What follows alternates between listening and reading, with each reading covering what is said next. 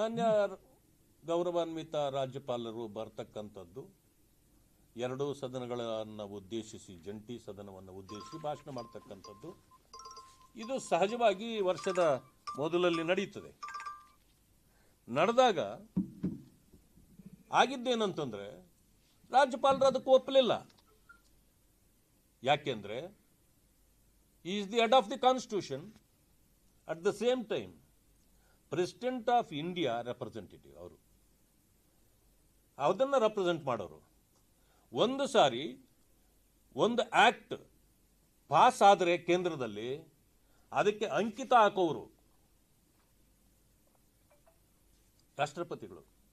ರಾಷ್ಟ್ರಪತಿಗಳ ಅಂಕಿತವನ್ನು ಅಥವಾ ಅವರ ತೀರ್ಮಾನವನ್ನು ವಿರೋಧಿಸುವ ಅಧಿಕಾರ ಯಾವ ರಾಜ್ಯಪಾಲರಿಗೂ ಇರೋದಿಲ್ಲ.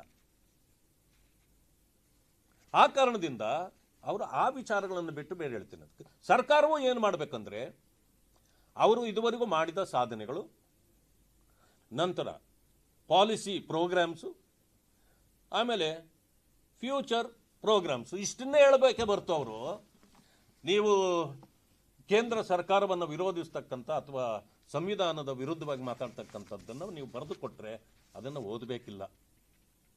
ಕೋರ್ಟ್ಗಳಲ್ಲಿ ಭಾಳ ಕೇಸ್ಗಳು ನಡೆದಿವೆ. ಆದರೆ ಇದು ಒಂದು ರೀತಿ ಗ್ರೇ ಏರಿಯಾ. ಇನ್ನೂ ಏನಾದರೂ ಸಮಸ್ಯೆಗಳು ಬಂದಾಗ ಕೋರ್ಟ್ಗಳಿಗೆ ನಾವು ಅಪ್ರೋಚ್ ಮಾಡಿದರೆ ಅಲ್ಲಿ ಅದಕ್ಕೆ ಸರಿಯಾಗಿ ಇದು ಬರ್ತದೆ. ಆದರೆ ಅವರು ಭಾಷಣ ಮಾಡಿ ಹೋಗ್ತಕ್ಕಂಥ ಸಂದರ್ಭದಲ್ಲಿ ಕೆಲವರೆಲ್ಲ ಧಿಕ್ಕಾರ ಕೂಗ್ತಕ್ಕಂಥದ್ದು, ಅವ್ರನ್ನ ಅಟ್ಯಾಕ್ ಮಾಡಲಿಕ್ಕೆ ಹೋದರು. ಇದನ್ನು ನಾವು ವಿರೋಧಿಸಲೇಬೇಕಾಗಿತ್ತು. ಅದನ್ನು ನಾವು ವಿರೋಧಿಸಿದ್ವಿ. ಅವ್ರು ಯಾವ ಮಟ್ಟಕ್ಕೆ ಹೋದ್ರು ಅಂತಂದರೆ ಗೌರವರನ್ನ ಇನ್ನೇನೋ ತಡೆದು ಅವ್ರನ್ನ ಏನೋ ಕೈ ಮಾಡ್ಬೋದಾ ಅನ್ನೋ ಮಟ್ಟಕ್ಕೆ ಹೋದರು. ಅಲ್ಲಿದ್ದ ನಮ್ಮ ಇವರು ಪೊಲೀಸ್ನವರು ಬೇರೆಯವರೆಲ್ಲರೂ ಅದನ್ನು ತಡೆದು ಇದು ಮಾಡಿದ್ರು. ನಾನು ಇಲ್ಲಿ ನಡೆದಿದ್ದ ಆ ಸದನದ ನಡವಳಿಕೆಗಳನ್ನು ವಿರೋಧಿಸ್ತಾ ಬಿ ಕೆ ಹರಿಪ್ರಸಾದ್ ಅವರು ಇಷ್ಟಕ್ಕೆ ಕಾರಣ ಆಗಿದ್ದು ಅವರೇ.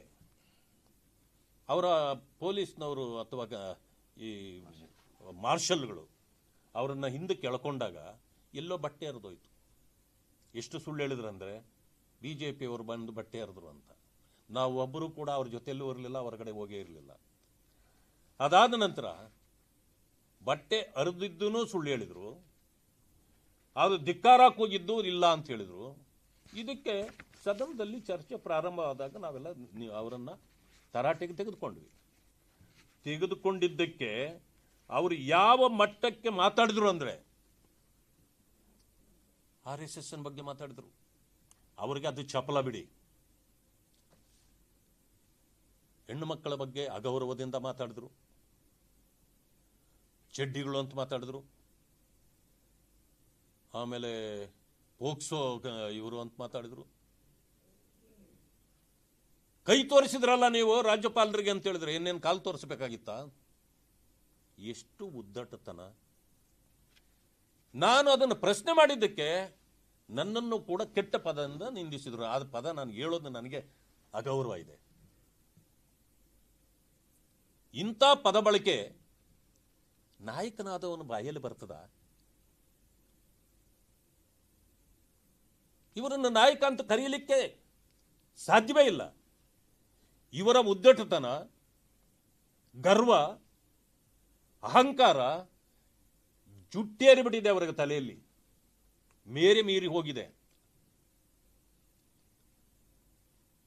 ಅವರು ಇನ್ನೂ ತಿಳ್ಕೊಂಡಿದ್ದಾರೆ ನಾನು ಹಿಮಾಲಯ ಪರ್ವತದವರೆಗೆ ಹೋಗ್ಬಿಟ್ಟಿದ್ದೇನೆ ಕಾಂಗ್ರೆಸ್ನಲ್ಲಿ ಅಂತ. Is A degraded leader. ಈ ಕ್ಲಾಸ್ ಹೇಳಕ್ ಹೋಗಲ್ಲ ನಾನು, ಯಾಕಂದ್ರೆ ಅವ್ರಿಗೆ ಈ ಹ್ಯಾವ್ ನೋ ಕ್ಲಾಸ್ ಇಲ್ಲ ಅವ್ರಿಗೆ. ಯಾಕಂದರೆ ಇಷ್ಟು ಅಹಂಕಾರ, ಗರ್ವ ಎಷ್ಟಿದೆ ಅಂದರೆ ಈ ಸಾರಿ ಸದನದಲ್ಲಿ ಅವರ ಗರ್ವಭಂಗವನ್ನು ಮಾಡುವಲ್ಲಿ ಭಾರತೀಯ ಜನತಾ ಪಕ್ಷದ ಎಲ್ಲ ಸದಸ್ಯರು ಒಕ್ಕೊರಳಿನಿಂದ ಅವರ ಗರ್ವಭಂಗವನ್ನು ಮಾಡಿದ್ದೇವೆ. ಇಂಥ ಒಬ್ಬ ಗರ್ವಿಷ್ಠನನ್ನು ರಾಜಕಾರಣದಲ್ಲಿ ನಾನು ಯಾವತ್ತೂ ನೋಡಿರಲಿಲ್ಲ.